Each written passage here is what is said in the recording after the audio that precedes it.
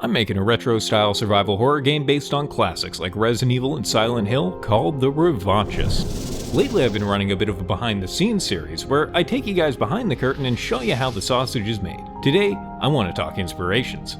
If you're from around these parts, you'll know I started this build of the game about 10 months ago, but it's been in the ideas stage for over a decade now. As you can imagine, I've grown and changed a lot over that time, and this game has changed a lot with me, and as such, there's a ton of different media that's found its way into this project in some way, shape, or form. I've glossed over a couple of these in the past, but most I haven't even really mentioned, so why don't we take a bit to do that? And there is quite a bit to discuss, so to keep things a bit easier to follow, we're going to break these up into categories. Games, movies, books and stories, and then finally miscellaneous. Believe it or not, that's where the two biggest influences for the overall direction of the game are, and they're things that I've never even mentioned on this channel. And because my videos have been running a little bit long lately, and this one is no exception, I'm actually going to be splitting up into two parts. Today we're going to be talking about the video game inspirations, and then very soon we're going to be talking about the other ones. And with that all being said, pull up a seat, grab a drink, let's get into it. You knew it was coming, Resident Evil. This is kind of the core inspiration at the heart of this entire project. What I want to make is classic Resident Evil for the modern day. So first things first, these games were very light on in-your-face horror. They were slow, they were quiet, but they were scary in a very different kind of way. And some of that fear comes from the environments themselves. The Spencer Mansion in particular in the first Resident Evil is one of the most atmospheric and memorable settings in a horror game. The environments are detailed, beautifully lit, and every frame evokes some sort of emotion. Not to mention, every spot in the game is visually unique. That helps keep things fresh and makes your new areas always feel unfamiliar and you never really know quite what to expect. Not to mention, you could probably pull up a screenshot from anywhere in that mansion and show anyone who's familiar with the game and they could point out exactly where that screenshot was taken. And that really helps with navigation. That's what inspired me to handcraft every space from scratch instead of using prefabs or modular assets. I want every frame to be a painting and every location unique. And finally, let's touch on where a lot of the rest of the horror comes from in Resident Evil 1, decision making. Every action you take is a decision, every decision has consequences. That gets you questioning yourself and makes you start to stress. The thing about a game that lets you fight back is that means sometimes it might make you fight back. So you've always got to be prepared for anything. But because it also lets you run past or away, that means it doesn't have to make fights practically winnable. So there might be times where you have to put on your running shoes and try to slip past, turn tail and run. You never really know what's coming, and so you never really know what the right course of action is going to be, and that's what makes it so scary to see an enemy. It's the stress over making the wrong decision and how to deal with them. And even the slow, clunky tank controls are to this effect. Because no, they're not just an artificial way to make the game harder, these games are actually generally pretty easy. But what it does is, it doesn't really matter how good you are at the game anymore. If you make a wrong decision in combat, position yourself wrong, try to shoot when you shouldn't, things like that, you will face the consequences for it. Oh my god, this is not gonna fit in the rest of the voiceover. Anyways. And one thing I love about those games is they feel like a B-movie. The original is some cheap, cheesy movie, and the remake feels like an expensive, cheesy movie. A B-movie with a budget. Either way, I'm trying to strike an in-between here. B-movie with a little bit of money behind it. Up next, Resident Evil 4. This was a fantastic one to look at for gameplay because it's very similar to what I'm trying to do here. It still has old-school tank controls and slower-paced gameplay, but with an over-the-shoulder camera and manual aiming. So when it came to balancing things like enemy movement speed, attacks, hit stun animations, this has been a fantastic resource to look at. While it's not quite one-to-one, it's an amazing place to start. Resident Evil 4 was also a big inspiration in setting. Particularly the island was a really great source of inspiration when designing the environment for the game's first area. Some people have also noticed these bags, and yes, they are 100% inspired by Resident Evil 4. I grew up with this game and absolutely loved it since I was 9. So you're definitely going to see a lot of small inspirations from this game sort of scattered across the entire project because it really has left a mark. From there, we're going to talk Resident Evil 7. If you paid attention during my previous videos, you'll know that I'm not necessarily a huge fan of this one. It's not bad, but boy is it not for me. I love the idea of it though, a more classic style survival horror from a close-up and intimate first-person perspective. If that sounds familiar, it's because that's basically exactly what I'm trying to do here. Again, I love the idea of first-person classic Resident Evil, and I was honestly a little bit disappointed that wasn't quite what we got. But that was a big part of why I switched to first-person around that time, because it gave me an idea for something that I really wanted to see that wasn't really out there. And something worth mentioning, a lot of what Resident Evil 7 does is exactly what I don't like about modern horror. Regardless of whether or not you prefer it, we can all agree it's a very, very different experience from the classics. And so what I want to make is something that's mechanically like Resident Evil 7, but feels more like the first one. So because of that, it was really helpful to be able to look at Resident Evil 7 and treat it almost like a what-if scenario for my own game, what it could be with different decisions and a higher budget. And that really helped me dial in what I want to do and what I want to avoid to make sure this experience still feels like the old ones, more so than the new ones. And after that, we move on to Silent Hill 1. Now, this is the game that inspired the visuals for the Revanchist. I'm not necessarily going for a straight-up PS1 look, but more so PS1 how you remember it if you haven't played one since the 90s, and specifically Silent Hill how you remember it if you haven't played it since the 90s. And this is also what inspired the pixelation, so all you guys who are upset about that, point your anger at them, not me. Because here's a section near the beginning of the game as seen on an original console. As you can see, it's so crunchy and vague that you can't even really tell for sure what you're looking at, and that makes it pretty scary.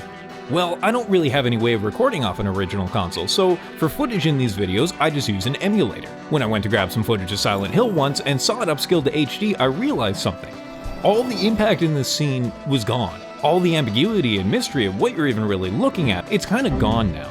Because when there's at least a little bit more detail to something than your brain can make out, that's kind of when your mind starts running with it. So with that being said, I think this game looks so good not just in spite of the pixelated resolution, but because of it. And I wasn't quite sure whether I wanted to do that on the Revanchist or not, but after seeing it upscaled to HD, it made it a very easy decision. Additionally, this is kind of where I want to set the tone for the story. Not quite as heavy as something like Silent Hill 2, not quite as goofy as Resident Evil, it's a bit campy at times, but it does keep a straight face. But on that note, why don't we talk Silent Hill 2? I've already talked a bit before about how this one inspired some of my enemy designs, so I'm just gonna skim over that. And one thing I wasn't inspired by was the story. Now don't get me wrong, the story to Silent Hill 2 is fantastic, but unlike a lot of other indie devs that I've seen, I've got enough self-awareness to realize I've got no shot of writing something like this myself. And if I even try, it's just gonna be ham-fisted crit. But what did inspire the Revanchist quite a bit from Silent Hill 2 was the atmosphere. It's got a fantastic, cold, dismal tone that I've taken a lot of notes from. From the apartments to the hotel, the environments feel vividly bleak and imposing. Some people have even already noticed the inspiration from the prison in Silent Hill 2 in the holding cell level I've just put together. I've also been working on some water-themed levels for it right now, and the burned, flooded-out hotel at the end and the damp, grimy feel it gave were a huge part of my vision on how I wanted to design them. Next up on the hot seat is Dead Space. Once again, I've already talked about how this has gone into inspiring a lot of my enemy designs, so I'm gonna move on past that. But Dead Space was another fantastic resource as far as balancing out the gameplay. While I'm definitely going for a slower, more Resident Evil 4 kind of feel, the controls are actually much closer to Dead Space, and this was another invaluable point of reference in terms of balancing out enemies. Something else you may have noticed if you've played Dead Space is the environments feel horrifically unsafe. Like in an OSHA violation type way. Everything from the doors to the railings feels like a legitimate threat to your safety. And even though the player doesn't exactly have to worry about tripping hazards, they still pick up on these vibes from the environment and it feeds into the overall atmosphere. So with that in mind, I'm trying to do a similar thing here, but instead of an intense, threatening feel to the environment, I want something bleak and dreadful. As such, I want it to feel like an absolutely miserable workplace. From the wage cage to the clock box, I want it to feel like the absolute last place you'd ever want to be from 9 to 5. And even though there's no real story in the game yet at all, many playtesters have commented on a depressing tone and atmosphere and a feeling of dread. And we've got the Ishimura's sketchy safety regulations to thank for that. And another one that ended up being a big inspiration here was Fatal Frame. As you probably know, the whole gameplay gimmick is that you fight using a camera. As far as I've heard, the idea behind that is it would be scarier if you're up close and personal and have to look the enemies directly in the face as you fought them. And I think that's a great idea that would work even better with grotesque monsters. Not unlike my game, sometimes you'll take a picture of something and see something that wasn't normally visible. So that got me thinking about other things that you could do with a camera and things that you could only really do in a first-person game, stuff like having a night vision video camera. And now for a bit of a curveball, Metroid Prime 2. So something I've talked about a little bit is I want the atmosphere in some areas to feel really thick and soupy. For me, Dark Aether was a perfect example of how to go about this. From the heavy fog and tint of the atmosphere to the almost muffled sounding soundtrack, the air felt heavy, like something you have to wade through. And that's exactly the feeling that I'm trying to capture in a lot of the spaces in this game. And fun fact, one of the pieces of my soundtrack for this game was directly inspired by the music for Dark Aether. And finally, I love the idea of it itself. Basically, it's just a remix of the game's normal levels.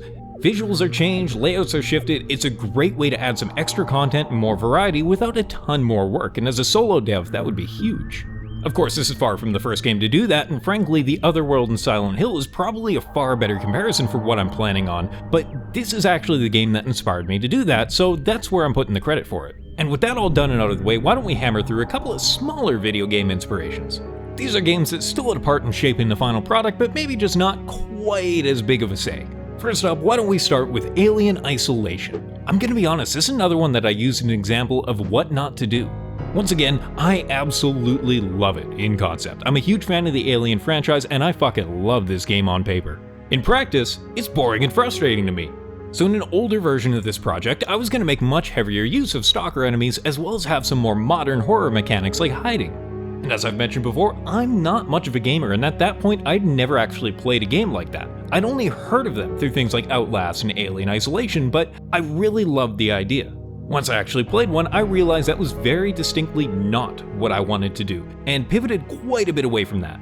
Another curveball maybe is Fallout. If you've been following this project for a bit, you might already know that it was originally planned to have a post-apocalyptic setting. Something about a post-apocalyptic horror game just tickled my tism in just the right way. I was also going to have some retro-futuristic styling with late 70s era technology and design in a 2020s era post-apocalypse. While the game is no longer post-apocalyptic, it does still take place in the same universe just before the apocalypse. I've also switched up the styling to be more of a 90s vibe to fit the updated graphic style.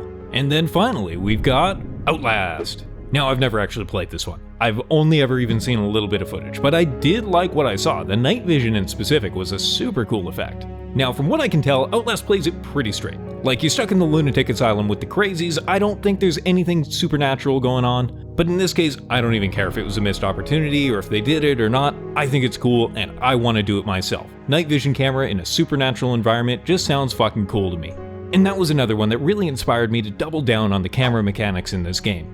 And I'd say that just about covers games, all the significant ones at least that had a large part in shaping the overall direction of this project. That being said, I'm also a big movie guy, and there's a ton of different films that have inspired this game in some way, shape, or form. But I'm trying to keep my videos a little bit shorter because I spend way too much time on them, so I'll be splitting this video into 2 parts. So stay tuned for next time, where we're going to discuss everything from movies, manga, even music that went into the making of this game, as well as touching on some personal inspirations. In the meantime, thank you very much for watching, and have a fantastic rest of your day.